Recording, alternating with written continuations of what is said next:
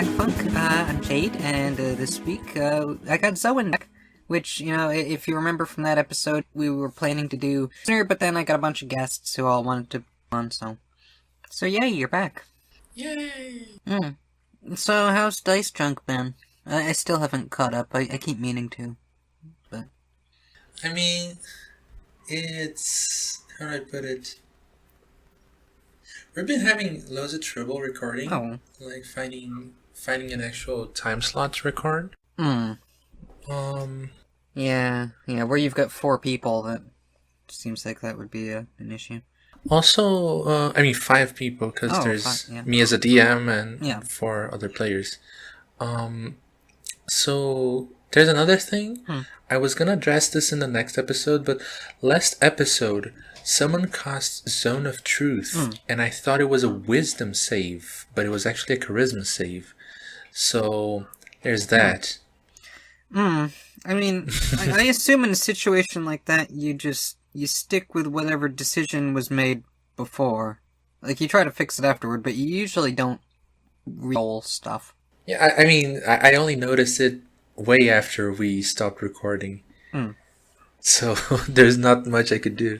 Yeah, it's like mistakes are canon, because otherwise it just confuses everything. So yeah, that's kind of the problem, is time slots mostly. Let's see. Okay, yeah. So we got a fair amount of questions. I guess we can go through those, and then if there's any topics afterward, we can do those.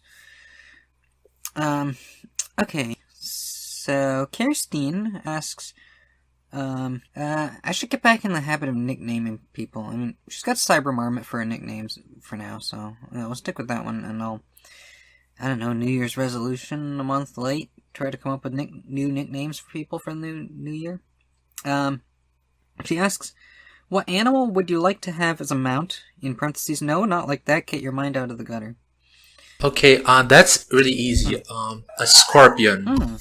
I don't know if you can tell, but I've given probably more thought about it than it's probably healthy on this concept. Okay, so if you're riding a scorpion, how would that work with the tail? Would it be like stabbing your head, or? I mean, I don't assume it's gonna stab anyone while I'm mounting it. But it's just a cool thing to ride in the desert. I obviously a giant scorpion. It's not like a tiny scorpion. Yeah. Yeah, I mean, yeah, because I started thinking of the stinger, and now I'm just thinking about, in the Spider-Man cartoon, there was like a giant robot scorpion that had a laser stinger tail. Of course there was. Yeah. Which I don't think was actually driven by the scorpion. It was just one of the spider bots was scorpion-shaped. I mean, in Fallout New Vegas, in the DLC, there are a bunch of robot scorpions as well. I guess that's just a popular concept. Yeah, because I saw this question, and I'm still not sure. Like, I like octopus, but I don't know that one would actually be that great to ride on, because it would just be, like, stretching all over the place. And also, they're very squishy. Yeah. Yeah, it'd be hard to stay on an octopus, I think. Unless you're, like, on the underside and you're just stuck to it. So you could get a giant octopus to carry you around like King Kong or something. Just climbing up a building. But is it like, when you say a mount, is it specifically for like ground? Or is it like, if I got a dolphin for riding on water, is it considered... Well, I mean, one of the ideas I had, kind of a standard one, is dragon, which would be like a flying mount.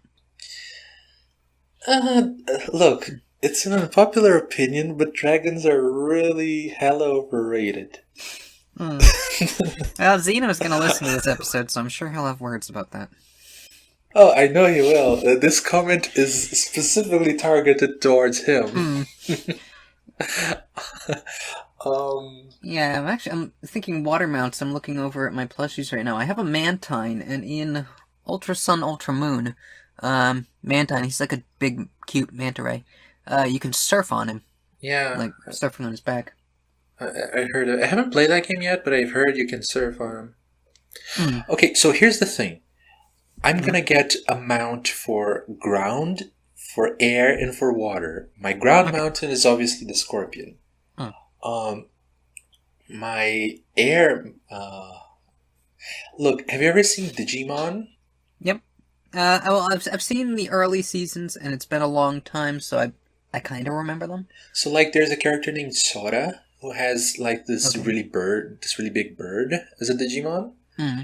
and Yeah, like, there was like the red one, I yeah, think. the way she rides on it, it's like she's not on their back, but she's holding the bird's leg as the Hmm. bird flies, and she's like just standing there holding it, and that's kind of what I Hmm. wanted to do, but with a giant crow. Hmm. Yeah, that seems like it'd be easier on the bird, where you're not getting in the way of its like shoulder Yeah. blades. And as for water, just a big old snake.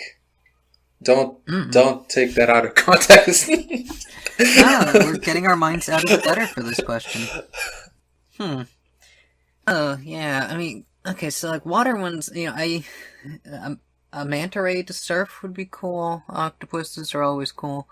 Uh, but I don't think Kirsten would ever forgive me if I didn't say dolphin. Um, which would be a fairly easy one, but But they're very slippery. yeah, I mean, and they're they've got like long backs, kind of like horses.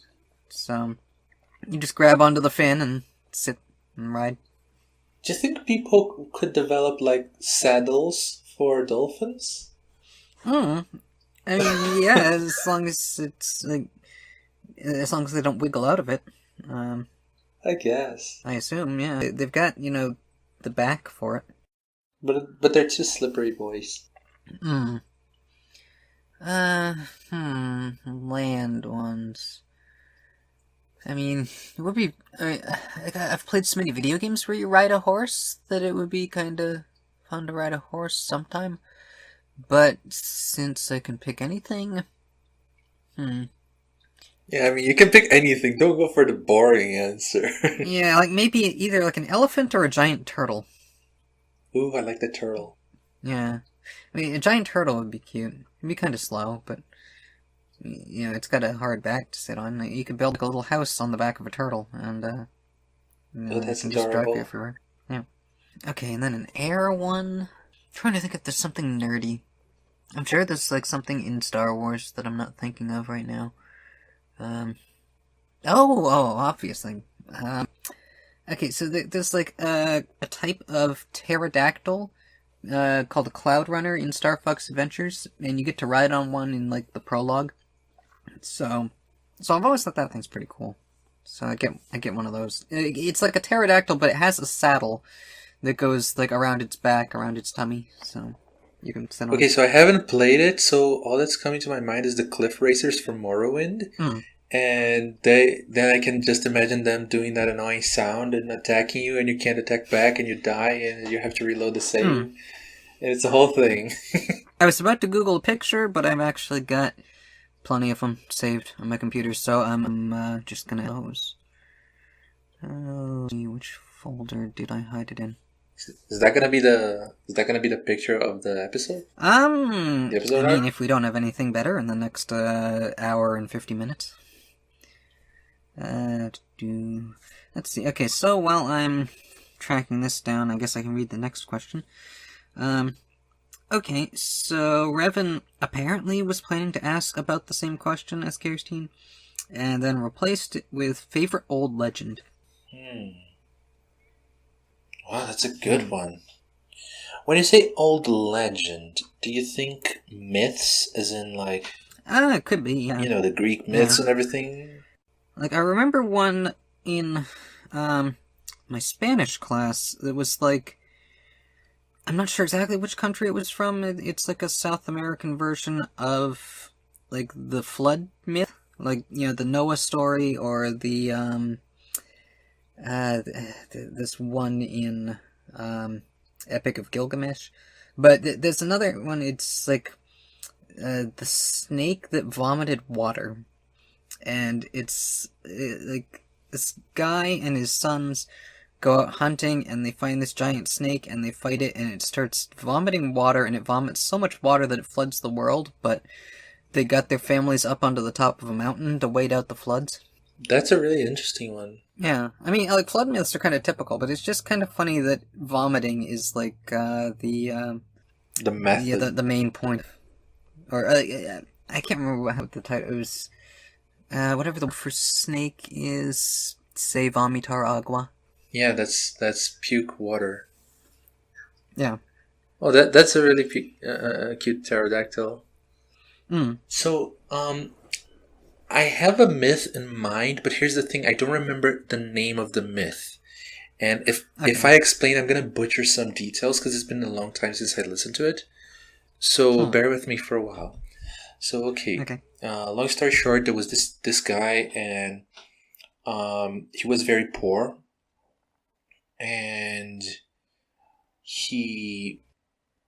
I think he needed money for food or something. So he was wandering, and he found a dragon, and the dragon took pity on him, and it started crying, and one of his tears became like a diamond. So the guy used the diamond to be able to afford to live. And then one day, I don't remember exactly what happened, but he needed more money. So he went to the dragon again and told the dragon the story. And the dragon asked him to remove one of his eyes. So the guy removed the dragon's eye, and it became like this really giant diamond. And the guy became like so rich, he became basically a king. And then he got greedy and talked to the dragon again because he wanted the other eye. But the dragon knew he was just doing that just for shits and giggles because he wasn't really poor at this point. So the dragon just ate the guy. Okay, so it's like the giving tree if the giving tree decided to eat you because it got wise to your shit. So yeah, it's a Chinese myth. I don't remember the name for the life of me. Chinese myths are the best. They're just amazing. Yeah. Okay, then the next question: what fictional character gives the best speeches? Casca from Berserk, because during spoiler alert if you haven't seen Berserk, there's a scene where basically reality changes. Everything goes just batshit. The world becomes insane, and in this world where nothing is the same anymore, Casca can still keep her calm and give orders to the Men of the Hawk so that they can keep organized and no one panics. And like, I think it is really, really a really cool, like, I can't stress enough, I love Casca. She's an amazing character. Yeah, I don't know. This is a hard question for me because usually if I hear, I think it's just because of like school and stuff. I've been taught to like pick apart speeches and look at the rhetoric and try to figure out what appeals the person is using to try to get their point across and stuff. So it's hard for me to like appreciate speeches just for like the emotional weight of them. I'm usually trying to figure out like what they're trying to get out of it. I don't know, Captain America gives some pretty good speeches in the Captain America movies. Usually because it's like, it seems like he's being earnest about it and not really manipulative, but also not, like it seems like he just wants it's like a good guy who wants to make things good. There's not really like an ulterior motive there. Well, anyway, next question. What series do you follow but don't know why? Series I would follow but not know why. Yeah, like sometimes I wonder why I'm still following Star Wars when I get mad at it so often. I mean, here's the thing. For example, look at the Elder Scrolls, for example. I look at those games and I think, this is garbage. Why am I playing this? This is trash. And then a few seconds later, I remember, oh yeah, this is why I'm playing this. It's because these games give you a lot of freedom that you don't have in real life. And I'm not just talking about you can go kill a dude. Hmm. I'm talking about the console commands, because that's where the fun is. Because, for example, I was walking around and then this random dude came and started to mug me. He asked for money, and instead of giving him money or killing him, I just opened console commands and removed the hostility and made him become my friend, and then we got married. And like, this is the level of freedom you don't get in normal games. But I can't think of anything that I can't like look back at it and think, oh, that's why I still follow it. Yeah, because I'm sure there's probably I'm looking over at my video game shelf now to see if there's any other games. Because like a lot of the games that I like and I haven't really liked lately are ones where it's just they haven't any like new good entries in a long time. Like I was like really big into Star Fox during the GameCube era, and then they botched it with Command on DS, and then the series just went dormant until Zero for Wii U, which it was just kind of bad. It's like bad controls and a story that's just like a rehash of 64 again. So that one hasn't done anything lately, but I mean, I've still got my Star Fox Assault and Star Fox Adventures posters pretty prominently hanging in my room. Isn't that Star Fox Adventures the one where it was supposed to be about a different character? Yeah, well, yeah, Star Fox Adventures was supposed to be a game called Dinosaur Planet, but then, I guess Miyamoto, it was being made by Rare. Miyamoto took a look at it, said the main character kind of looks like Fox McCloud, and had them remake the game as a Star Fox game. But do you think it's only like a really good Star Fox game because it was originally conceived as something else, and like therefore it already had elements from other games? Yeah, I mean, you'll find a lot of debate online over whether it's a good game or not. Like, I think it's a good game, it's just unfinished. Like, the ending isn't completely there. The final boss battle feels a bit rushed. But, I mean, as a game, it's a good game, but it doesn't really feel like a Star Fox game, because it was made as kind of like a Zelda 64 clone type of adventure game. So it's got more of that, like, you're on foot, like, even the combat system is basically the same thing as Legend of Zelda. Like, instead of having a sword and shield, you have a staff, and if you hold the shoulder button, it goes into, like, block mode, and if you tap the A button, it's attack mode. So it works, like, functionally the same as a sword and a shield, but it's one item.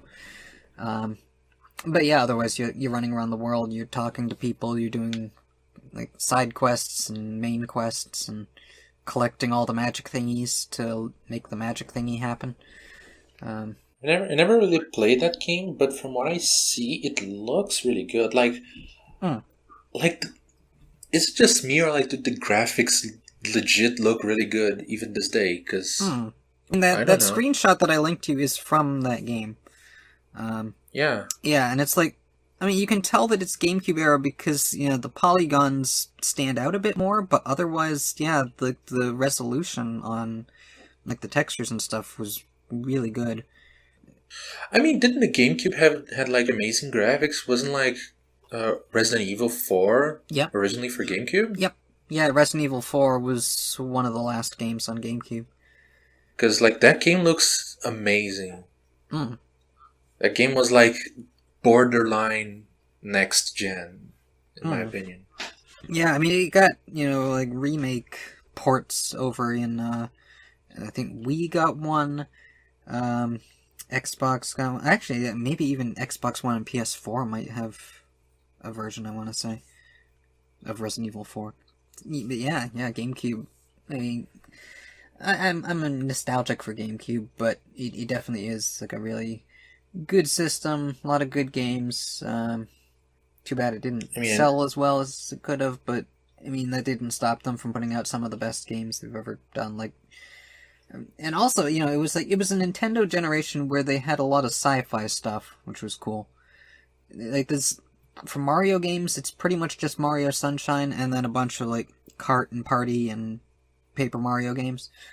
But then there's the two Star Fox games for it. Adventures, which was really good, and then Assault, which felt more like an evolution. It's Star Fox, but it's also got kind of like this anime sci-fi kind of look to it, and elements of like the Halo games in there with like the way the vehicle combat works.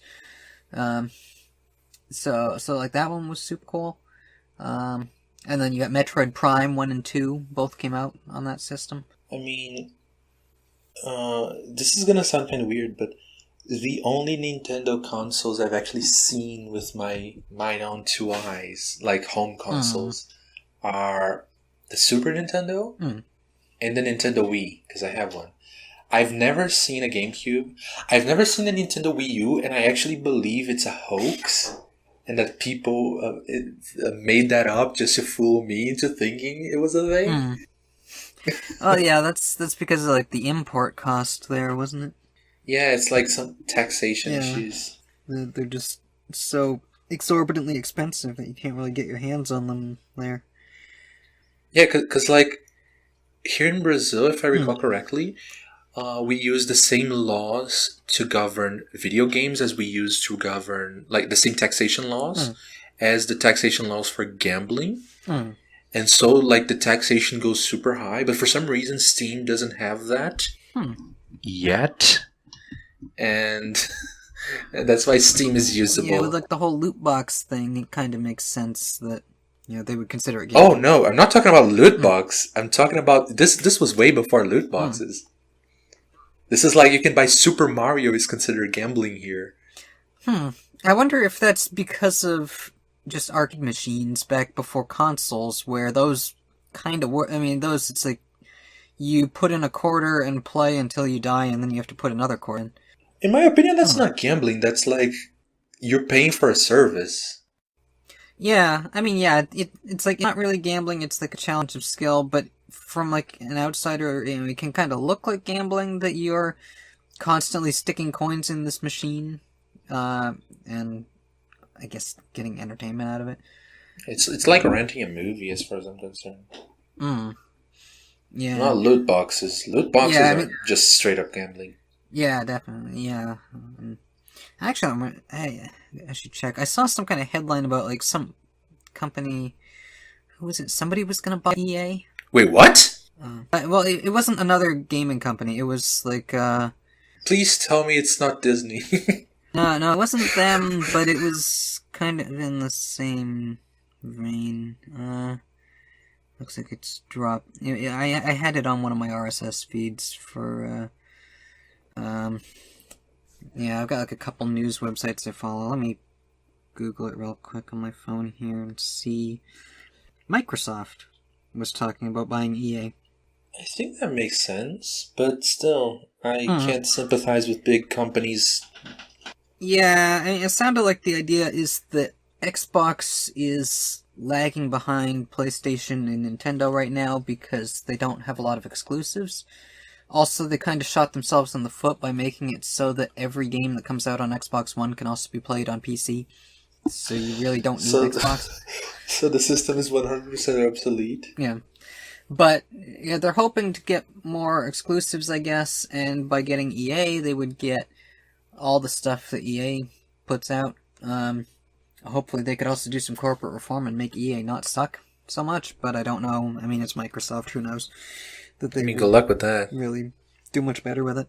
But yeah, I don't know. I'm just waiting for EA to actually do something with that Star Wars license that they got like 3 years ago. Aside from more fucking Battlefront games. I don't know. They had some kind of story-based game in production, and then they shut down the studio that I think Visceral was making it. So, oh well. Wow, how did this... Okay, what series do you follow but don't know why? Okay, that's where that came from. So my response is none, and your response seems to be Star Fox. Yeah, I mean, yeah, like Star Fox, me holding out hope that they will eventually make a decent Star Fox game. Otherwise... Oh, actually, I do have an answer. It's Pokemon. Because I don't play it because I'm having fun. I play it because I'm compelled to. Yeah, like I had dropped I played Ruby Sapphire. I dropped it until Omega Ruby Alpha Sapphire got announced, and I got back in.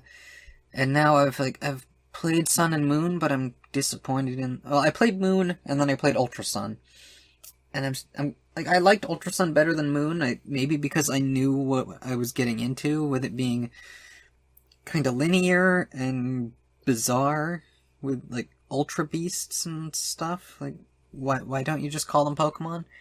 Also, why do you waste your cool Hawaii vacation on doing a sci-fi story about interdimensional aliens? What?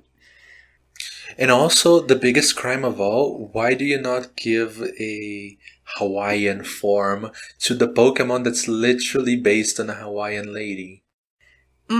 Yeah, like, yeah, so, okay, like, you're in Pokemon Hawaii first. Why doesn't Phoebe have a cameo? She looks like she's from there. Two, why isn't, Blossom? Blossom and Solrock and Lunatone? I mean, Blossom because it's Hawaii, Solrock and Lunatone because the games are called Sun and Moon. Why aren't the Sun and Moon Pokemon in Sun and Moon? Yeah. There's just some really weird decisions there. Yeah, and then the next one's gonna come out for Switch, so maybe I'll have a Switch by then. I've never seen a Switch. Oh, It's a hoax. yeah.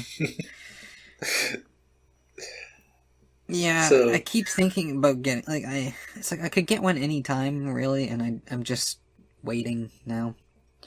Just to prove to myself that I can. I'm glad that the next Pokemon is going to come out to Switch because that means I won't have to buy it. I'm just gonna say, okay, I had fun with Pokemon, I'm never gonna play it again. Peace out. Let's see. Okay, so the next question, what job would you do if you didn't have to work for money? Assuming I could Okay, get so I that guess that job. means, yeah, all your money is covered. You don't have to worry about living expenses. You can just work whatever job you want. I would probably work for those non-profit organizations, you know? I would probably work for one of those where I could go around and help lots of people. That's probably what I would do. What about you? I guess I was gonna say I could just be like a shack admin, but no, I might as well just be a podcaster. I mean, it's what I'm doing already. Yeah. And to not have to worry about like an actual paying job on top of that. I mean, I think the only problem there is possibly getting bored. Like, I would either have to start doing more podcasts now that I have more free time, so I'm not just wasting my time, because, like when I was on vacation this last month, it was nice, but once I run out of things to do and have to start finding things to do, it just kind of feels like my energy is drained from that. Like, as much as I hate work, it does get me up and moving, and then I have energy and drive to actually do things that I want to do after I'm out of work. So, I guess. If podcast was your work, then wouldn't you well, look at it differently? I'm not even sure if it would be like in this scenario, because you already have all the money you need and you can just do whatever job you want. I don't know that it would really feel as much like work or like a job. I mean, like you don't have the same, without, the money part of it, you don't have the same push to put in as many hours as you do with like a job that will pay you based on how many hours you work in it. Well, that is true, but also you do have the time to make up like great projects. So, like for example, Leon does those feature films, you know? Like that's a huge project, and it demands time and work, and that's something you could do if you were more, secure in the financial department.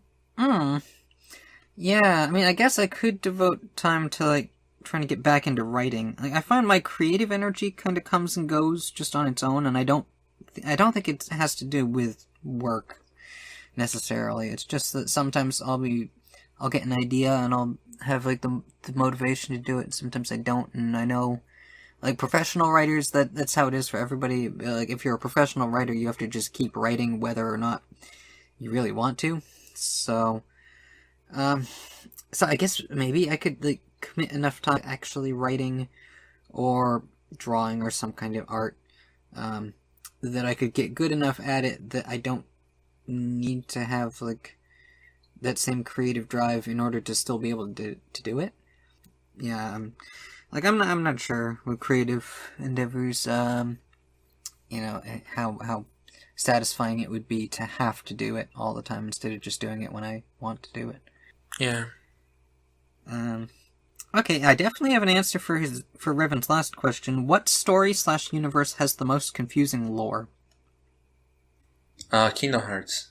Oh. Yeah, I haven't played any of those, but I've seen enough of them that, yeah, it's like Final Fantasy based, so it's got all that. I haven't played it. I played the first one up until like the very beginning. I played a little bit of it, and I was like, I don't like this gameplay, and the people say I should get in it for the story, but the story seems so impenetrable that I don't want any of this. So, yeah, that would be my answer. Yeah, the first one that came to mind for me was Lego Bionicle, which, like, back in the 2001 was when it first came out, and at the time, let's see, I was 11, and, like, everybody in my class, like, we were all following it and, like, getting the toys and stuff, but nobody could figure out the story because they made it so hard to find the story. It's like, if you got Lego Magazine, you would get a comic book every month of Bionicle that would have, like, a bit of the story, but it wouldn't really explain what's going on. I guess if you followed it online, they made, like, posts that explained parts of it, and eventually they came up with these novels that also explained it, but even then it's just weird. Like, I mean, there's still a lot of it, I'm not sure what was going on. I'm gonna confess to something a bit embarrassing. I have all of the first generation Bionicle. They're all here. Yeah. Yeah, I think I've still got... Yep, I can see him from here. I've got Tahu with the golden mask on a shelf up here. I don't know their names. I used to. I don't know anymore. Yeah. Yeah, the red guy with the fire sword. He was the first one I got. So I've got him with his golden mask up there. I've got the exosuit from the second year of the series, which in the comics was completely useless. I mean, they like, it's a really cool set. It's like a suit that you can set your Toa figure inside of, and then he's got like extra, like bigger arms and legs and stuff. But yeah, like it was supposed to be the thing that they used to destroy the Bohrok Queens, and in the comics they put it on, realize it's hindering their elemental powers, and they dump all of them. Well, that sounds just useless. Yeah, and then they kill the Bohrok Queens, and then some kind of earthquake happens, and they all drop into Protodermis, which transforms them into Toa Nuva, and then you get into the third year. You lost me. You lost me. Yeah, actually, yeah, I demonstrate how confusing the story is, because I mean, I guess my real answer for most confusing story lore is Magic the Gathering, because I have no idea how to even explain that. I just started trying to follow it in the last year, and I can't. There's too many characters, too many years of history, I can't get into it. But I'm still trying. I mean, it seems cool, I can't follow all of it. But yeah, so to demonstrate how confusing Bionicle is, I will explain the story. I guess I can explain all 10 years of it. Also, Jesus. I gotta say, I've got Madanui and Makuta here on my other shelf too. Because Makuta, you know, he's, like, in the first year, they had this backstory that, that the island of Madanui was created by the spirit of Madanui, but his evil brother Makuta sent him into sleep, and then Makuta's monsters started taking over the island. But that's the start of the movie, right? Yeah, I mean, well, yeah, it's in the movie too. The movie came out in the third year, which is when they finally showed us what Makuta looked like, because he had just been like an evil spirit until then. But yeah, they had this like super badass Makuta figure that I was like hyped for. And then Madanui was just like a spirit and never had a body until 2009, I think, which is like the 8th year of the series. Which the story reasons I will get into that in a minute for why he has a body now. But yeah, by then I had stopped collecting the figures, and when I saw, oh, Madanui's around, okay, I have to have him just so I can say I have Madanui and Makuta together now. Okay, so the story of Bionicle. So the Island of Madanui was created by the spirit of Madanui, but then his jealous brother Makuta sent him into sleep, and took over the island. The island is occupied by these villagers who were called Tuhunga, but later renamed Matoran because Tuhunga is a real word, and the people from that island nation got mad at LEGO for stealing their words. So there's the Matoran people, who are led by village leaders called Turaga, and they pray to the spirit of Madanui to send saviors, and he sends these 6 canisters to the island that contain these 6 elemental heroes called the Toa. They have the powers of fire, ice, water, earth, stone, which are separate, and air, which is green because the air people live in the jungle. Yeah, kind of weird choices there. But anyway, yeah, so each Toa has a mask of power that they wear that gives them, like, special powers in addition to their elemental powers. And they are sent on a quest to travel around the island and collect the 6 masks, so each one of them has all 6. Once they get all 6, they bring them to Kini Nui, which is this, like, pedestal place in the middle of the island, and they place all their masks there, and it turns them into a golden mask that has the power of all 6. You don't find this out in the comics, you have to read the book, but they then are... Makuta sends these, like, shadow Toa for them to fight, and they... one of the gimmicks of the Toa is that there's 6 of them, and you can take, like, 3 and combine them into a big, like, super figure model. So, yeah, the Toa combine and form their 2 super forms, and they fight the gate guards to Makuta's lair, and they get into the lair, and then they separate into their 6 forms, and they fight the 6 Shadow Toa, and that's, I guess, their fight with Makuta. They didn't actually beat him or anything. But then, so, second year starts, they get back to the surface, find that everything's overrun by these Insoid things called Brock, who have their own Krana masks that are like these little rubber masks that they keep inside their heads.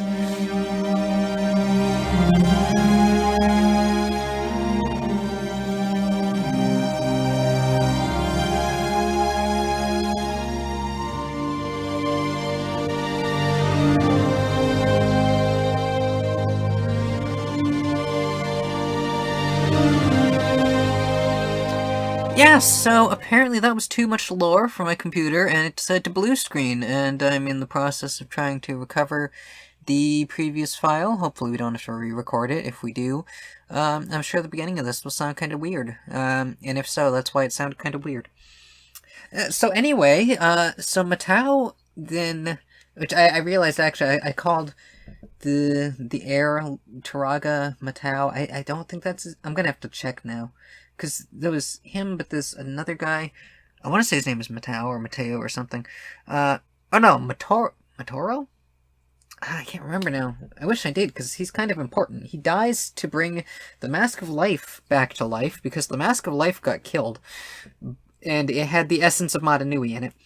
So it got killed, but he brought it back to life, so Madanui came back to life. But in the time that he was dead, Makuta's spirit inhabited the giant robot that... It turns out all of these islands are actually inside of a giant robot.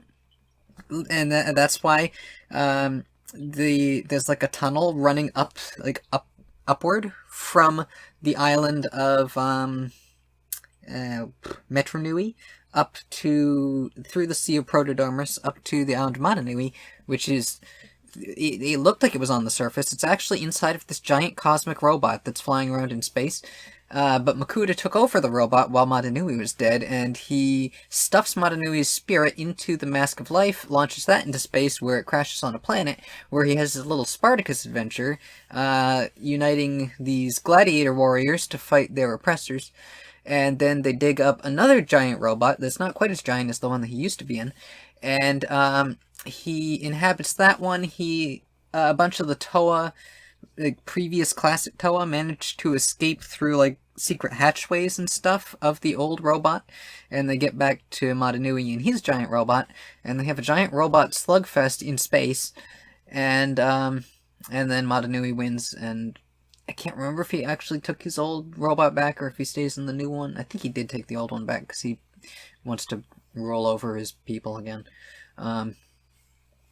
Also, Makuta wasn't actually like a single person. He's like a collective. I think he's actually supposed to be like the antiviruses of this body, but he decided to revolt against the host and take over. So that is the legend of the Bionicle. And I think Kingdom Hearts story is dumb. Okay, so anyway, yeah, this feels like it's been longer than it will for people listening to this because, because of all the technical errors. So, Eugene asks, which mythological creatures / gods would you like to see in RPGs? Pretty much anything Egyptian. I like the Egyptian gods, and I also like the fact that they are killable. And, I mean, Ra dies and is reborn every single day, so, you know. Also, there's lots of snakes there. And Egyptian mythological creatures are always fascinating to me. Like, I know Norse mythology is super popular, but I prefer Egyptians. And yeah, that would be basically my answer. I know it's kind of broad, but essentially anything Egyptian. Yeah, I've been playing more Assassin's Creed Origins lately. That one's got some pretty cool uses of the Egyptian lore and gods and stuff. Yeah, so yeah, I would like to see more of those in RPGs. I'm not that interested really in like a lot of like the European stuff. I feel like it's been done so many times. Okay, and then he asks, are there underutilized lore things that you want to see more often? Lore themes? Yeah, like lore stuff. I don't know if it's in the same line as the gods and creatures things, so I don't know if it means like myth lore stuff that you want to see added, or more D&D lore, or he says RPGs. He doesn't say D&D specifically. From what I gather, it's like, for example, the Ragnarok is a story about the end of the world, and that's like super overused. So, personally, I always love stories about cycles. And like, again, the Egyptian mythology is all about cycles. The cycles of the Nile, the cycles of the sun. It's all about cycles.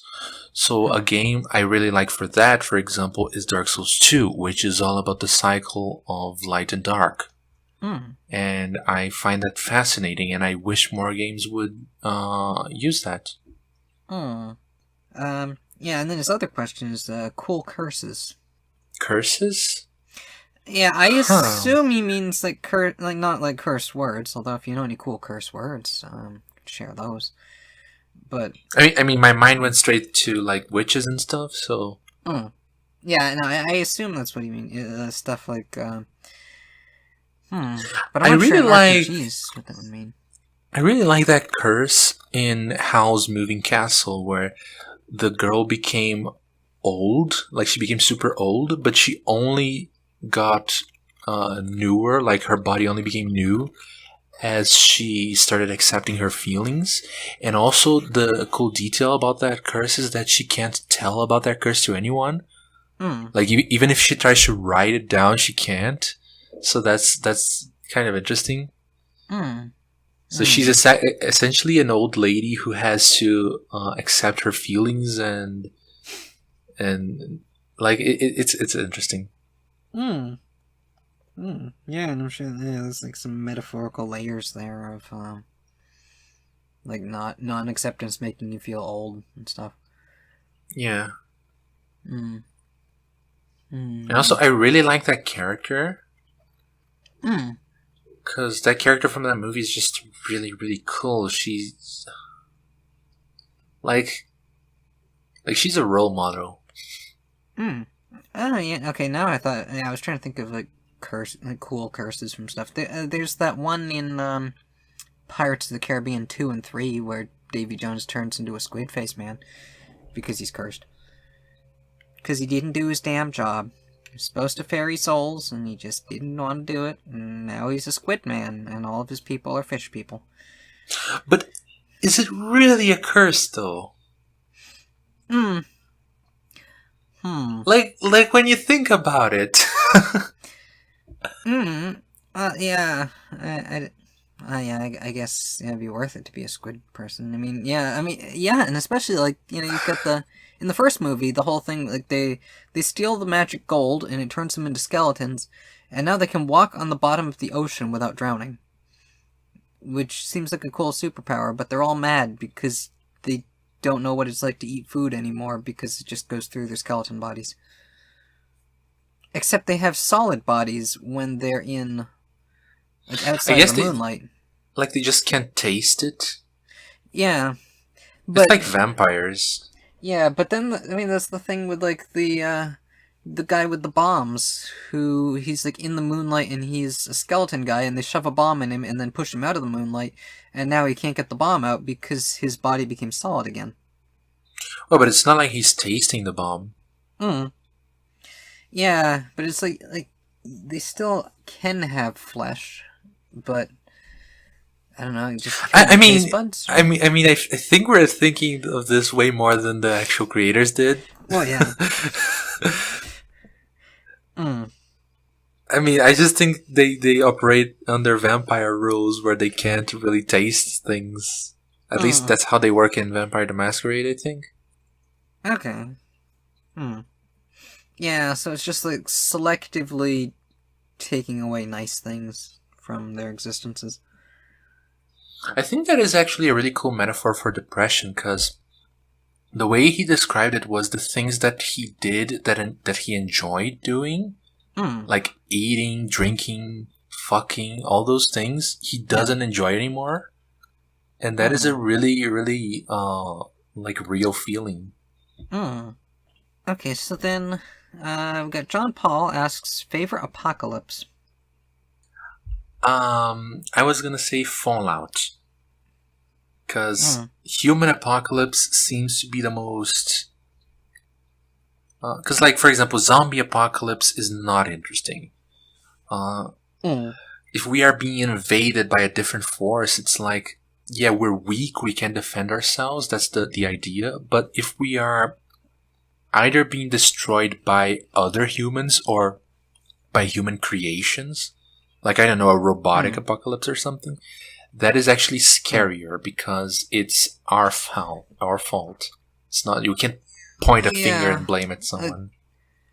Like a zombie apocalypse, it's the horror of, like, disease and, like, someone you love turning into a thing that wants to kill you, and it's not their fault and it's not your fault, but now you have to kill them even though, like, it still looks like them, except they're kind of monstrous now.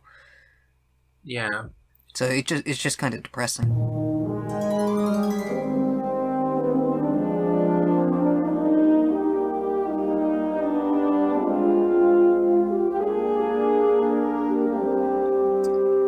Well, so I hope you enjoyed that musical interlude. You have now traveled ahead in time, and we are one day from where we recorded the last segment. Yeah, so I guess, short version, yeah, that blue screen that I got, corrupted my temp file enough that Audacity couldn't auto-recover it, so I just had a bunch of 6-second chunks of, sound lying around, and, that's why the audio quality of the first segment is probably not going to sound that good when you hear it back.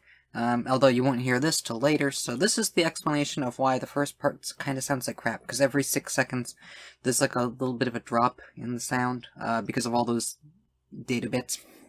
But yeah, I mean, at least it's better than it would have been, because I couldn't figure out how to put those things back together. Like, they're not even, it doesn't even save them in order. But Eugene, I was talking to him, and he figured it out. He got like a program and stuff that managed to reassemble the file for the most part. It chopped off a little bit of the Bionicle stuff, but not that much. So, I think it might be better to just like put a disclaimer in the beginning saying, "Oh, this episode is gonna sound a bit weird up until a certain point because of reasons." Yeah, I figured I would either do that, or since I only I post it in a thread, and then like even the tweet links to the thread and not the YouTube. I could just put the disclaimer in like the first post with it. Yeah. Or something. Yeah, I guess like a couple Bionicle notes I realized earlier. I didn't mention that in 2015, which I guess would be like 4 years after the last chapter of Classic Bionicle, they did a reboot. I don't know if it's still on Netflix. There was like a 6-episode miniseries that was okay. Like it's not. It definitely, like, they knew they went way too heavy with the lore in the first Bionicle, so they dialed it way back and made it super simple. And so like that series was fine. Like, it was neat because you got the classic Toa back in new versions of this like reboot universe, but I don't know, it kind of felt lacking after just how insane the lore got in the classic stuff, and then it's just all basic in the new stuff. Yeah, because like really all the stuff with Bionicle, it was always just like a complicated excuse to explain why there are 6 new toys to collect every 6 months or so. So after Bionicle ended, they made this thing called Hero Factory that was just like these 6 robots who sometimes decided to buy new parts and upgrade themselves. So like, and that I don't know that it really ever caught on in the same way that Bionicle did, but it made more sense for the toy to have that be your story behind the toy, I guess. Okay, yeah, and I also realized I never did answer the question favorite apocalypse, which is where we left off last time. I think I've said in a past episode I'm not really fond of apocalypses. I find them kind of depressing. So my answer is X-Men Apocalypse. Not the movie though, the character. The movie was kind of crap. Although I did like Apocalypse in the movie, because it's Oscar Isaacs under all that makeup. I mean, that's kind of cheating, isn't it? Yeah. Yeah, whatever. I cheat. Yeah, my show. I can do that. So yeah, and his question just says favorite apocalypse ? I guess. And it's capitalized apocalypse. He capitalizes apocalypse. Wait, so I guess the apocalypse I'm most. Is he asking about actual apocalypses or like well, the yeah, apocalypse, I the portrayal of the character in the X-Men series? Because yeah, I mean, where it's capitalized, I could read it as that, and in that case, like, I'm most familiar with the movie. I have seen like the old 90s cartoon episode with Apocalypse like once, and I mean I guess that one was fine. I would have to watch it and pay attention to actually see if it was a better version, and like I would have to read some of the comics with Apocalypse to see how he's supposed to be portrayed. But he does spell Apocalypse correctly, which means I can't say that it's Apocalypse, the planet that Darkseid from DC Comics comes from, because that one is spelled funky. yeah. So anyway, we got a bunch of questions from Zeno, and he's very excited to hear the answers to them. Oh yeah, he told me that he was super excited to hear me answer his questions. I purposely didn't read any of them, so I could be surprised.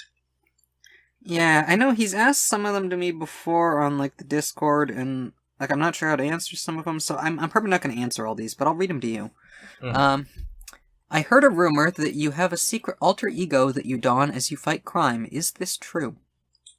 Kind of. The thing is, you're kind of a superhero. I don't fight crime per se, but I do fight someone else who also has an alter ego, but their alter ego is called crime. So I fight them instead. Oh, okay, so he was supposed to capitalize the word crime in that sentence. Yeah, I guess. Hmm. Also, I think he used the wrong form of dawn. He wrote D-A-W-N instead of D-O-N, which I think is, if you dawn, like, put something on, it's D-O-N. No, I also do it in mornings. That's why it's correct. Oh, okay. And then he asks, have you ever been buffaloed before? You're free to Google the definition of Is buffalo. that a sex thing? Yeah, apparently it's a verb. I forgot. I need to look it up again because I never use it as a verb. But Buffaloed. Yeah, let's see. Buffalo verb. Yeah, because when he asked me before, I looked it up and it's like, okay, yeah, whatever. Huh. Okay, when So I is it Google like buffalo intimidate? verb, Intimidated? I'll have to look because I had seen something on like dictionary and Urban Dictionary. When I Google buffalo verb, I get this thing that says, the buffalo sentence, which I guess it's a sentence that says buffalo, buffalo, buffalo, buffalo, buffalo, buffalo, buffalo, buffalo. Is a sentence that uses correct grammar. It is often used as an example of how homonyms and homophones can be used to create complicated constructs. I don't know. I would have to look up the explanation of why that is a real sentence. Oh! But I found the thing here. It says buffaloed, as in the drinking game, buffalo. This is when both of you and your friends are holding an alcoholic beverage, and each must hold it in his non-dominant hand, or else a buffalo may be called, pointing your elbow at... Look, I don't drink, and this sounds way too complicated for me. Well, there's another verb. Okay, I found it, yeah. The verb buffalo, meaning to outwit, confuse, deceive, intimidate, or baffle. So I guess, have you ever been outwitted, confused, deceived, intimidated, or baffled? Many times. Most, like, daily. Yeah. Yeah, because I think, I found both of those answers before, and it's like, okay, yeah, I have been confused by many things. I mean... And, I haven't done any drinking games, so... The thing is, I think if Zeno wanted to know if I was, intimidated, he probably would have used that word, otherwise he'd just be a pretentious prick. I think he just wanted to see what you would imagine the word buffalo means, if you think it's like a sex thing. I mean, the first thing I thought was being run over by a buffalo, but then I thought, no, that's silly. And then I thought it's probably a sex thing. Because usually when I don't understand something, it's probably a sex thing. Yeah, like, if buffalo was going to be a sex term, I'd imagine it would be, like, really rough butt stuff. I guess. Like you're getting rammed in the ass by a buffalo. Or something. That can be the Shaq definition of buffaloed now. It means, very rough butt sex. So, okay, his third question, is your ham steamed? Would you like your ham to be steamed? I mean, first of all, I don't want any ham. I want my piggies to be alive and well. Because piggies are adorable, and I know Zeno doesn't like him because he's a heartless person. I mean, you're familiar with the steamed hams meme, right? No, I have no idea what that is. Oh, okay, yeah, because, I mean, it's kind of a reference to that. There is a Simpsons sketch, where Principal Skinner invites, Superintendent Chalmers over to his house for, ham luncheon, and he discovers that his ham, he cooked it too long and it's burnt, and then he sneaks out the window, he buys some hamburgers, he tries to convince the superintendent that they're actually steamed hams, quote unquote. Meanwhile, the kitchen's on fire because he never shut the oven off. But the meme is that like short segment of that episode has been redone in different styles. So they do it in the style of video games and in the style of other TV shows and stuff. I mean, if you want a serious answer to the question is, I do like steamed meat. Because, like, I prefer that over, like, cooked or fried meat. Just because it's Mm. It tastes better, I guess. But yeah, I guess I Mm. do like steamed ham. But Zeno knows I Mm. don't meme. Yeah. Let's see. Okay, his fourth question. Is it true that thick thighs make the dick rise? I do believe it depends on the dick. Hmm. Yeah, I mean, I guess if you're into that. I mean, Um, you can check, Zeno. hmm. Let's see. Fifth. What's it like being a magical fairy cat girl? Well, it comes with many responsibilities. Hmm. First things first, you must help everyone in need. And whenever someone is like feeling down and stuff, you must always try to help them. And that is like, that responsibility can be very tiring at times, but you know, you gotta do it. Hmm. Yeah. Seems exhausting. But I I mean, guess if you're a magic fairy companion that brings joy to people. the thing about it is, I like my role model, like the Mm. person I want to be like, is Lavinia. Hmm. And I try my best to be like her in everything I do. Hmm. So yeah, it is extremely tiring. Hmm. His next question: Dom, sub, or switch? I mean, for me or my partner, I guess for you. I'd say switch because personally, I'm very, very subby, but I just don't get the opportunities to be subby, so I have to be dummy, and it's not like I don't find it bad. I don't, I can still have fun with it. It's just not as much fun as being subby. Hmm. Hmm. Well, I mean, if you're doing it because that's what the other person wants, then you're being submissively dominant, I guess. Oh, you just blew my mind. Let's see. His next question: Favorite pizza toppings? Cheese. I love cheese, like many, many types of cheese. And then also, let's see what else. Tomatoes are pretty good. Oregano is really, really good to put on pizza and in everything else as well. I like sweet pizza as well. I know a lot of I know this is like controversial and stuff, but I do like it. I like pineapple pizza, strawberry pizza, chocolate pizza. I like all of that. Ooh. So, I mean, fight me. I'll die on that hill. Yeah, I haven't tried any of them, but I probably should sometime. I'm kind of boring with pizza. I like cheese, pepperoni, and there's like a chicken pizza, but with like a garlic parmesan sauce instead of the usual like cheese. That's pretty good.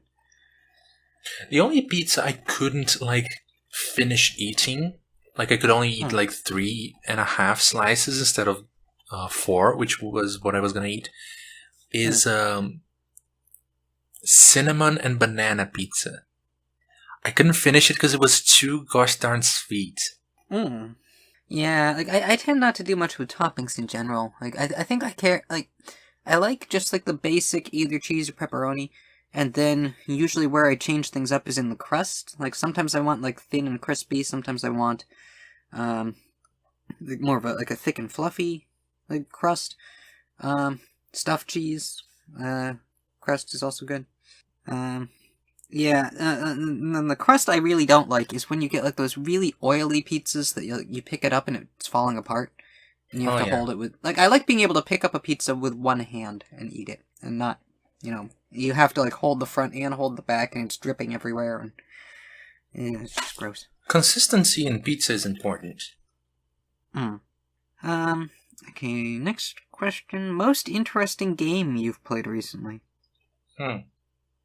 And that doesn't necessarily mean video game, it just says games, so it could be like a roleplay game. I am gonna start a D&D campaign soon, but I haven't actually started it, so I wouldn't say it's that campaign, but I'm really, really hyped for my character, because I'm really, really enjoying it. Then there is, I'd say mostly Dark Souls 2, because that game, like, I will never be able to judge that game fairly, because I love that game so much, and I know so many interesting people through that game. And like, since I associate the feeling of camaraderie and companionship of playing a game with someone who is new to the game and like showing them where is up and where is down, I will never be able to look at that game and like take away my feelings for the people I met through it from the game. So I would say that is a very interesting game. Even when I played it only offline, when I hadn't met anyone through it, I still enjoyed it a lot. So it's still a pretty good game. Let's see. Yeah, actually, because like the game I've been playing the most recently was Assassin's Creed Origins. Like the DLC came out where you get to go to like the coast of Sinai, like near Egypt, and like fight the Romans there. And that was interesting. But I guess more interesting is when I went back to the Egypt section, as I was like doing some of the other quests, I ended up discovering the heat stroke mechanic, where if you're standing around in, like, under the sun, out in the desert too long, you start hallucinating, and it'll be, like, different hallucinations. I think they're just randomized. Like, I was starting to see some in, like, this, like, mountainous area, but I went down, like, farther south into, like, the deep, sandy desert, so that I could just start experiencing more of them, because there's no enemies out there, it's just sand. So, like, the first one I saw was that there's just this, like, colorful carpet floating in the sky, which I'm pretty sure it's, like, the magic carpet from, Alibaba, or Arabian Nights, or whatever. Wherever the carpet originally came from. I always think of Disney's Aladdin now, but, yeah, there is a magic carpet that you can see, and it, like, floats around in the wind. There's, like, a woman who's, like, tending flowers. That's probably something with Egyptian mythology that I haven't picked up on. Let's see, there is a guy sticking his hand out, giving, like, a thumbs up as if to be, like, a hitchhiker. And if you run at him, he disappears and then reappears somewhere farther away, and then you just keep chasing after him. And let's see, there is a burning bush, like in the Moses story. There's... You can get... Whoa. Wait a second. Oh. Is this a jab at... Like, I don't know if they are putting this as a reference to the Moses story, or if they're trying to say that Moses had a heat stroke and that's why he saw the bush. I mean, they preface all their games with, this game is made by a group of people of, like, various ethnicities and backgrounds and religious views to try to stay away from that. But they do, but... yeah, and, I mean, this is also the series where Adam and Eve were actually, like, ancient humans who were enslaved by these, like, alien gods, and then they rebelled and stole a piece of technology from them, which was the Apple of Eden. I mean, I know. I'm just saying it's kind of a dodgy thing to put, but I'm not gonna like judge them for it or anything. I mean, because there's that, and there's also like a guy holding a staff, and he throws it on the ground, and it turns into a snake, which is also Moses. That's another hallucination you can get. What were some of the? And you can get like a meteor shower. There's like shooting stars, and then there's also like a flaming comet meteor in the air. And that one, I think I had a red sky when that happened. I don't know if it was coincidence or if it was part of the hallucination. There's red sky. Let's see, this one where storm clouds start up and bugs start raining from the sky. You can get a swarm of locusts to appear. You can get a fish that just pops up in the middle of the desert. I started reading up on some of them. Apparently, if I get heat stroke near the coast, you can get, like, boats that start coming out of... Well, actually, I don't know if it has to be near the coast. I think it's just... I didn't see that one, but there's, like, one where a boat will just pop up out of the sand. Yeah, so that was neat. Like, I spent an hour or two just running around the desert exploring that. And then I ended up... At one point I discovered some more silica, which I needed 50 of them to take to the final, like, shrine temple thing. And ended up unlocking, like, this first civilization kind of robot-looking armor. It's pretty cool. Like, it looks like a character from Destiny. So, I'm wearing that now. It's like, got, like, glowing lights on it. Okay, so next question. Do you want to build a snowman? I'm pretty sure that's the right way to read that. In fact, I do not. Because here's the thing. Snowmen are very... what's the word for it? It's gonna sound like I'm making a pun or this is ironic, but the thing is, they're not very cool. Personally, I prefer sand people. Not the ones from Star Wars, but actual, like, building things from sand. Because I think it looks... Instead of building a castle on the beach, you build a person. Yeah. I mean, it takes a lot of skill, but... Yeah, because you'd have to get it wet enough to not just fall over. Yeah. And also, like, sand is better than snow. It's my point. I like sand. Sand's better than snow. Like, there's a reason why I set set Dash Junk in the middle of the sand. Yeah, actually now I'm thinking, like, alternatives to snowmen. As a kid, I remember I made a Kirby out of snow once. Like, and that was cute. And it's easier, because it's just a ball with ball feet and little stubby hands. I used to mold clay when I was a child. Don't do it anymore, but that was fun. Yeah. Actually, I did a little bit of clay last week. I got what's the I bought this, like, anime bikini girl statue. I think it was, like, Archer from Fate Stay Night or something. I don't know. It doesn't matter because I cut all, like, the ribbons off, repainted her, turned her into Phoebe from Pokemon, and then I've got like this Model Magic clay that I used to make, like, the flowers in her hair, make a little Pokeball in her hand, and the anklets. Like, that stuff is nice, because, you know, you mold it, and then you just let it sit, and it air dries. You don't have to worry about baking it like you do with some other clays. It's not quite as sturdy, though. It's a little soft. But... Yeah, but, I mean, if you bake it, doesn't it get way harder? Yeah. Well, yeah, if you get something like Sculpey, you bake it, and it's a lot sturdier.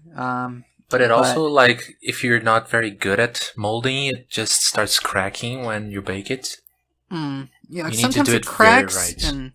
and if you make it, if you make, like, a character with, like, really flimsy legs, or whatever its supports are, if they're too flimsy, it'll sometimes, like, tip over, and then, you'll have, like, say you made, like, a figure, and it falls over, and its face hits the pan, and now it's got, like, a flat spot on its face, where it, like, it's solidified flat. So I've had problems with Sculpey, but at the same time, like, Sculpey's good too. But if you're, like, making something on top of an existing thing that can't go in the oven because it's made of PVC and it would melt, Model Magic is better. Okay, then it's next. I guess it's not a question. Look out, it's behind you. Oh no. Number 11, haha, made you look. Tongue hanging out face. Okay, and then his last question, are boys icky? I don't think so. I mean... Some of them. Some of them, but, like, Xeno's pretty sweet. The thing about Xeno is, like, he likes to pretend he's not a sweet person, but he totally is. Hmm. Let's see. Okay, and then, okay, over on Twitter, let's see. I'm just scrolling back through my notifications to see where the questions start. Okay, and then we got another one from Zeno. Girls are pretty awesome, right? They're pretty cool. Yeah, some of them. It's always some of them. Yeah. You can generalize it. Yeah. Okay, and then, Adorable Smile, first time asking a question on my show. Hello, I've seen you on Twitter. Asks, pasties or calzones? I saw this question, and all I could think of is, what's a pasty and what's a calzone? I don't know. Yeah, I mean, let me Google this exactly real quick.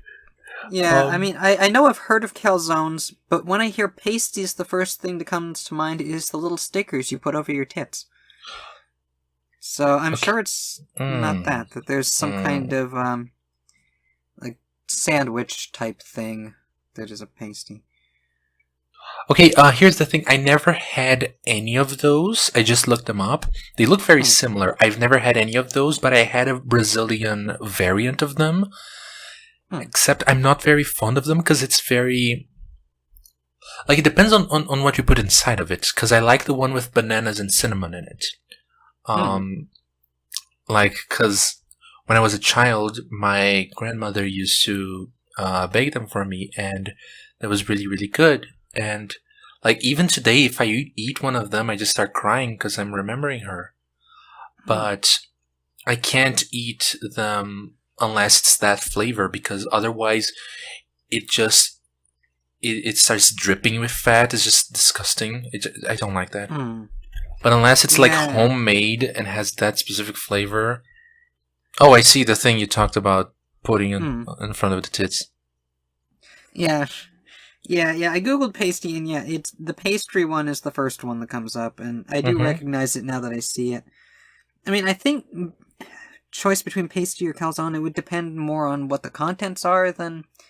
I mean, like the shell, I would probably go with calzone, because... I think the calzone pictures look better.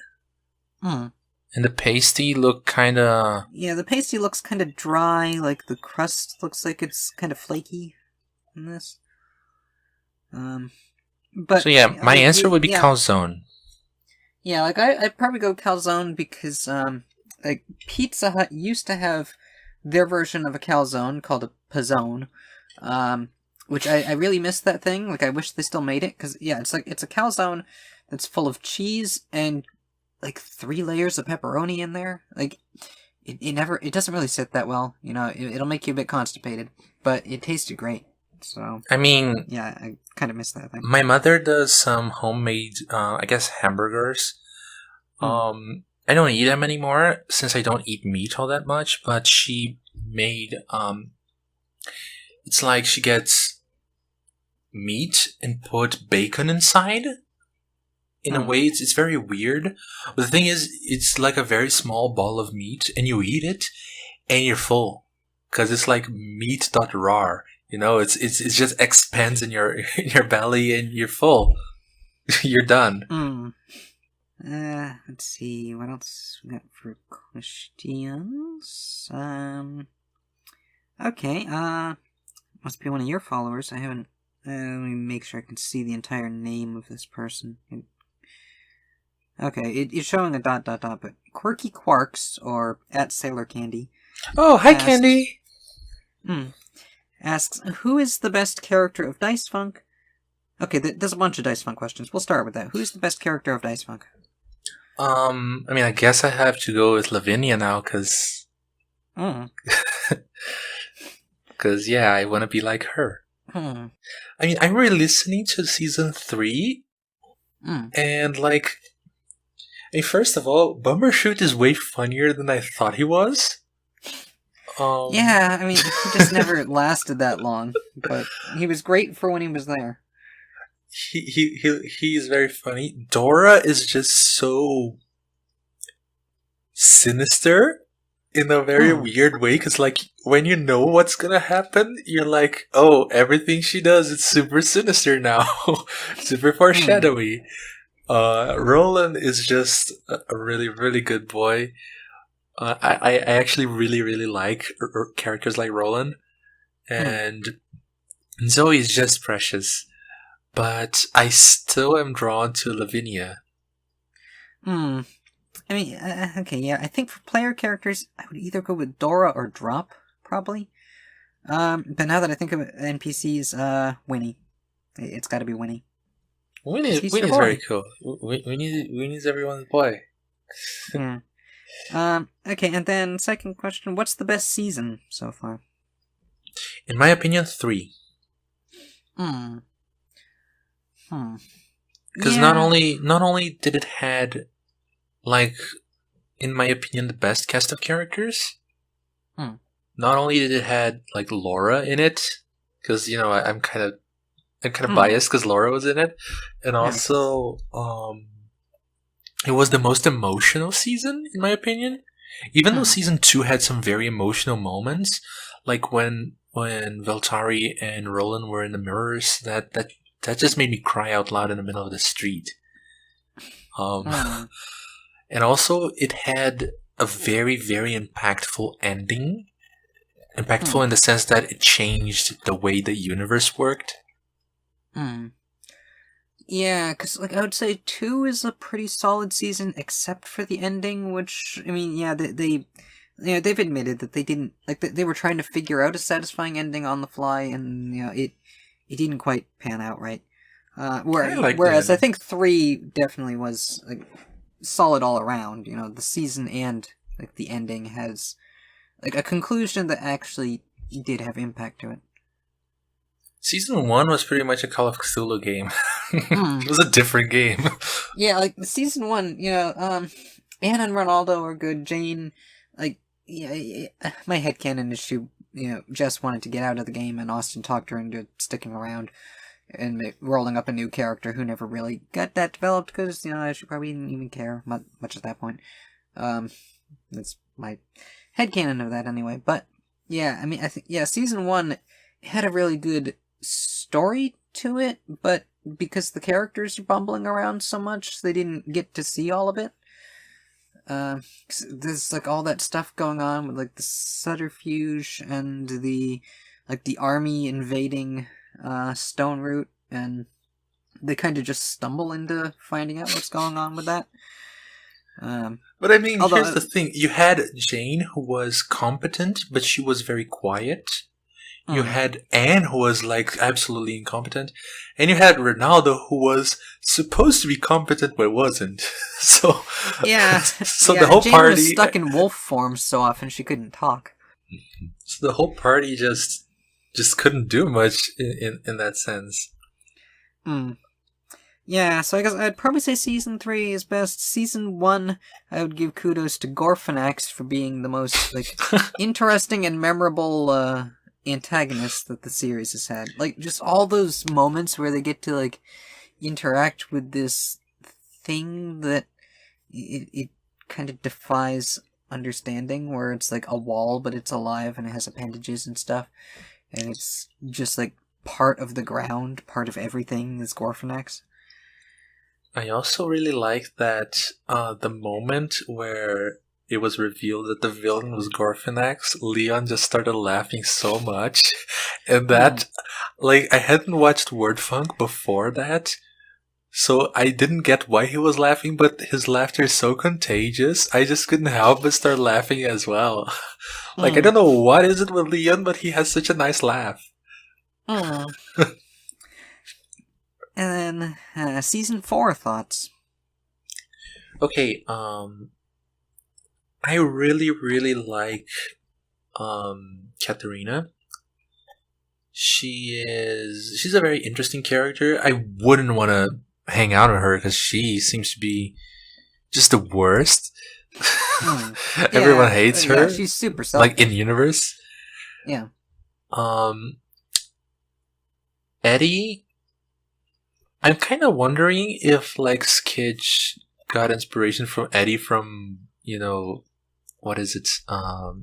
Fallout New Vegas, because Eddie is a robot. But other than that, I'm not much of a fan of Eddie. Mm. because he doesn't have the dad jokes that Roland had. Mm. Um, Yeah. and I he mean, doesn't and for like. inspirations, there's like also a theory that was tossed around the Discord that he might be like partly inspired by Alphonse from Full Metal Alchemist, where he's like, it may turn out that he's got like a soul bonded to his robot body, and that's why he is the way he is. I mean, his character is very mysterious, and personally, I like the characters that just don't hold cards very close to their chest. Mm. Speaking of cards, there is the Mm. best character. Yeah, I mean Frank, I love just for the gimmick of magic card player. Yeah, Frank is just really, really cool. I loved his banter with his rival. It's just Mm. really funny. He killed his uh, mom just by speaking it into yeah. existence. uh, that is just the best. Then there is a Lenora who Mm. she is very interesting, and I wanna know how she's gonna deal with the drug addiction thing. Mm. I don't know Yeah, how that's gonna she turn doesn't out, seem to but be taking the addiction part of it very seriously. Like she still seems to think, whatever, it's drugs. I can deal with this. I just want to know if her character will be able, like, if when the season ends, if her character will come out clean, like completely out of the drugs. Hmm. I want to know, or if she's like gonna OD or something.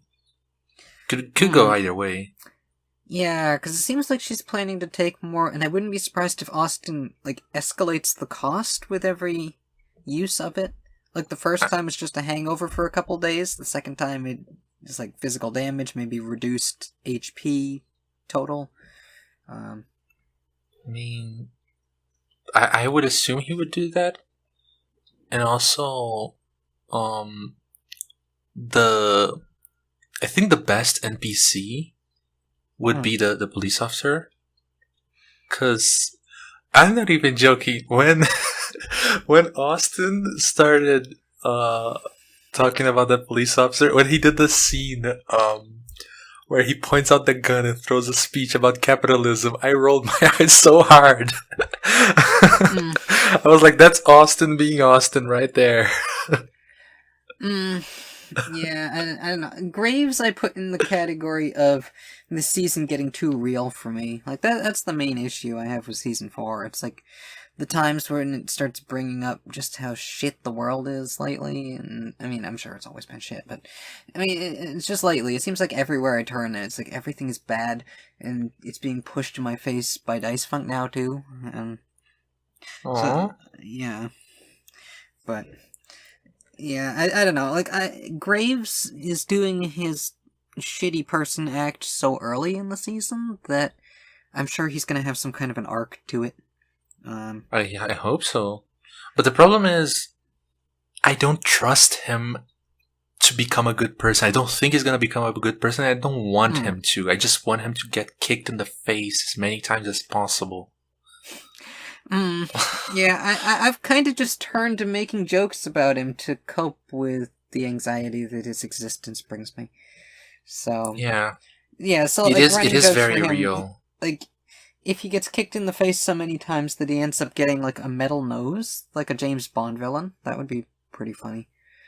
Um, just like his nose is so broken that it gets removed and he just puts a fake nose on there. Um, yeah, that and just the idea of him popping up out of nowhere.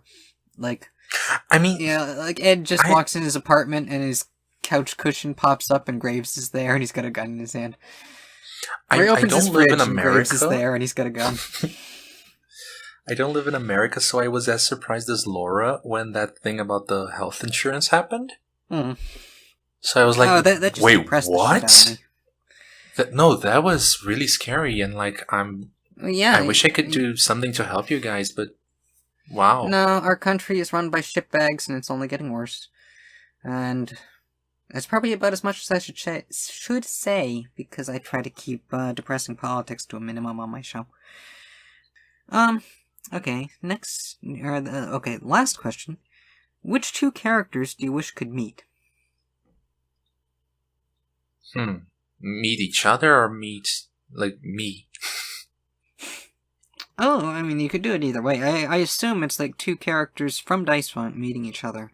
Oh, that answer is obvious. That is Anne and Dora. Because, like, they are both such doofuses, but at the same time, Dora worships an evil demon god, and Anne is, like, super against that.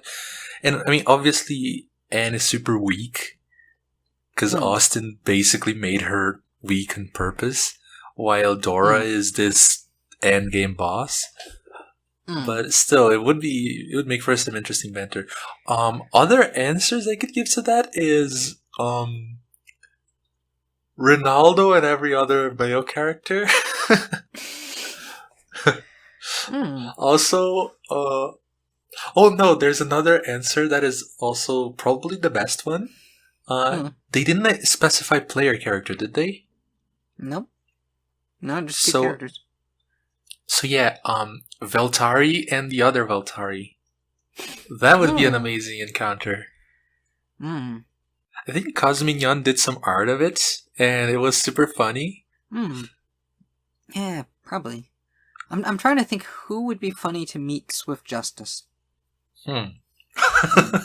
Just Swift Justice with someone. Oh, Swift Justice and Bumbershoot. I don't know how that would work. Okay, and then we got Chase asks, okay, if you could go back in time and do one thing without repercussions, what would it be? Probably, I mean, when I go back, do I get the chance to talk to myself, or do I get the chance to, like how's that work? I assume you would possess your former body, but with your current knowledge? Like, all I wanted to do was go back and tell myself that being trans is a thing and it's possible and that I can do it.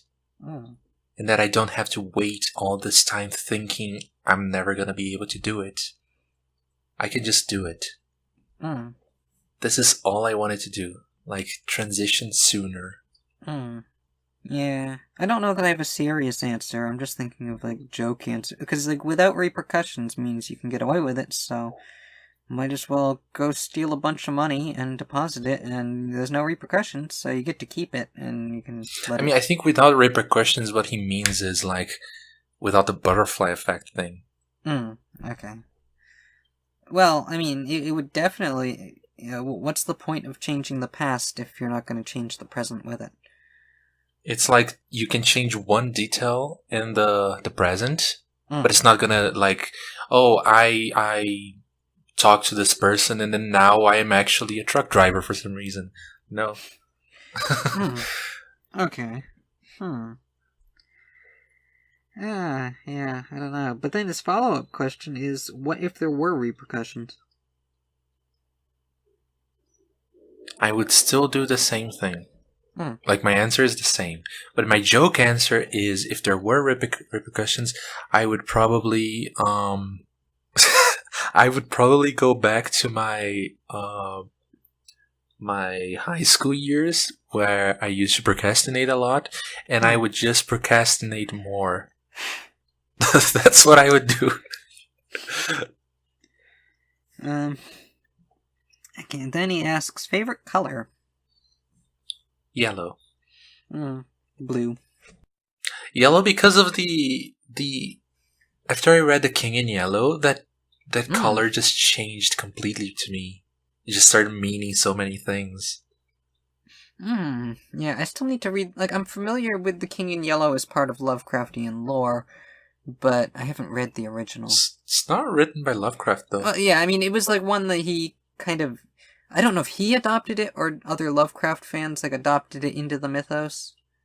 Because, yeah, it was by a different guy, and it was, like, one of Lovecraft's inspirations, I think. Yeah. Just, like, the idea of, like, a play that when people see it, they go insane. Yeah, the first act of the play is completely mundane and boring, and whoever reads this is just bored and whatever. But if you read the second act, there's, like, some really weird revelation that just changes the people forever. Yeah. Yeah, I mean, I guess, yeah, my favorite color is blue, although, if I was going to be Jade, the character, it would be green. But, I mean, green's just okay to me, I prefer blue. Okay, and then, is it evil to fold back book covers? What do you mean? Like fold back? Okay, I'm guessing it means, like, if you have, like, a paperback book and you, like, crack the spine from, like, bending it all the way up. If it's something like that, then yeah, that just ruins your book. Yeah, anything that can ruin a book is evil in my book. Like, I used to, open books farther like that so I could, like, see all the words, but then eventually, you learn self-control, so you can actually turn pages without snapping your spine open. Although I think my dad Since still does I that with always I always read books while I'm laying down on bed, so my book is always open in a 19 degrees angle, so I never fully open it. Yeah. Yeah, and, like, with hardcover, you don't have to worry about it, because they've got, like, the hardback, spine is made to open all the way, and then it's just that cloth in the middle that, keeps it from, breaking the spine. Okay, next question. Best extraterrestrial life form. So, best alien. Like, space alien. Anything that's out of Earth, then. Anything that was technically born out of Earth. Yeah, so, well, I guess, like, space alien or interdimensional, like, alternate reality. Yeah, I mean, because extraterrestrial literally means out of Earth, so if it's not in this Earth, in this dimension, then I guess it would be extraterrestrial as well, so... Though the spirit of the question is that it's not, like, an Earth animal, I guess, so, like, probably shouldn't be a human, or, like, some, like, Earth animal transplanted into space. I guess technically that would be an extraterrestrial, but... I guess. But, like, I'm not gonna say, oh, some scientist bred a rabbit in Mars and he's the best. Like, I'm not gonna say that. That is a very hard question. I'm tempted to say the earthworms from Dune. The sandworms. Yeah, I don't know. I mean, there's so many good aliens to pick from. I mean, thinking worm types, I like Hutts. The big slug guys from Star Wars. I also like Starfire. I mean, she's an extraterrestrial and, she's alright. Yeah, I'm trying to remember what her species was. I know it. I just don't remember it. It starts with Tamaranian? a T. Yeah. I knew it started with a T. Yeah. Yeah, Tamaranians. Yeah, I do like the Martians in the Duck Dodgers cartoon. Like, they're all based on Martians. The Duck Dodgers cartoon is so good. It's great. Like, Queen Tyranny is still one of my favorite characters. So, I mean, yeah, because like, they based all the Martians off of Marvin's kind of Roman-looking outfit, but made them have, like, a mix of Egyptian-Roman looks. Like, Queen Tyranny looks like Cleopatra. She's got, like, a kind of golden bikini thing with, like, a purple translucent skirt to it. I'd really love to get that costume, actually. It seems like it might be kind of hard to make. I'd need, like, a black bodysuit to go with it, but it would be nice. I should watch that show again. My answer would be the Starfire. That would be my answer. Because she's such a good and wholesome girl. Yeah, and that's it for questions. So, unless there's any topics, we're probably close to 2 hours. I won't know until I edit it, but it's a fair length, at least. All I want to do is really say hi to all the people who came listen to this. Like, hi! Yeah, if we got some new listeners from your Twitter fan base. I mean, Candy she was already a Dice Funk and Wordfunk listener. If I'm not mistaken, she got in the same way I did, which is she got in Dice Funk because of Laura, and then she got into Wordfunk, and then she just listens to stuff now. Hi, Candy. Hi. Join the shack. Yeah, so I guess, yeah, we can just do the usual wrap-up. Thank you for joining me this week. Thank you for having me. Yep. And until next time, stay funky.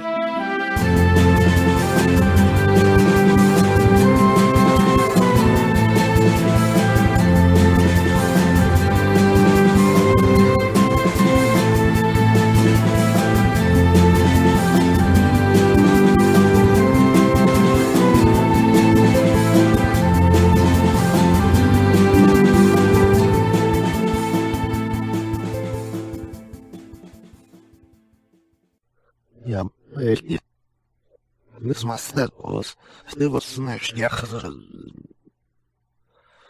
please not I can make out. Lima. Oh, get over. Oh, is this is life.